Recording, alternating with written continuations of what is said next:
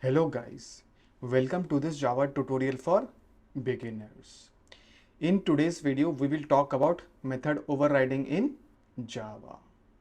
So without wasting time, let's get started. In one of our previous video, we talked about inheritance.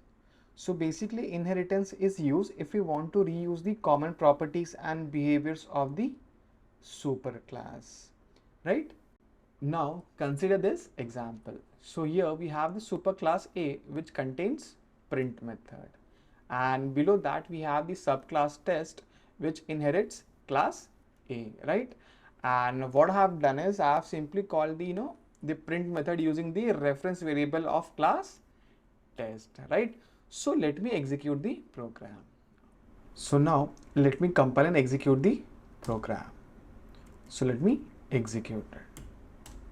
And as you see, we have the output hello from class A. Now suppose that we want to change the default behavior of this print method, right? So this is where your method overriding in Java comes into picture. So now what I have done is I have simply copied this print method from class A and just pasted inside the class test.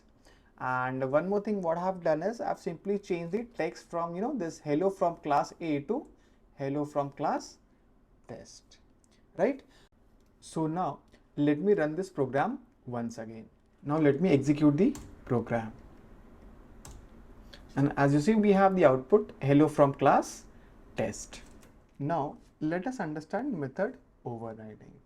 So here in this example, we have this print method inside the class A, which is your superclass, and also inside the class test, which is your subclass.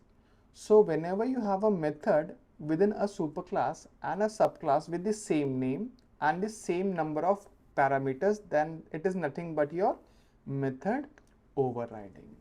So here in this example, we have the print method, which is common to both class A and class test.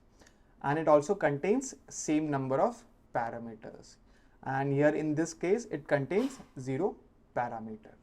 So if I have to simply summarize method overriding in Java, then it simply means that the method in the subclass and the superclass contain the same name and same parameters, right?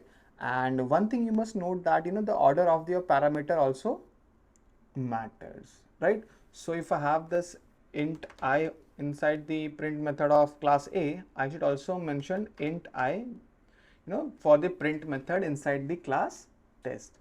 Then only it will be considered as method overriding, right? So in this video, we will just understand what is method overriding in Java.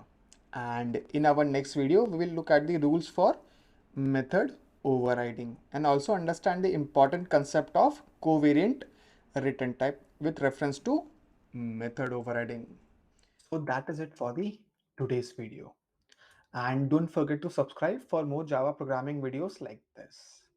And I will see you until next time.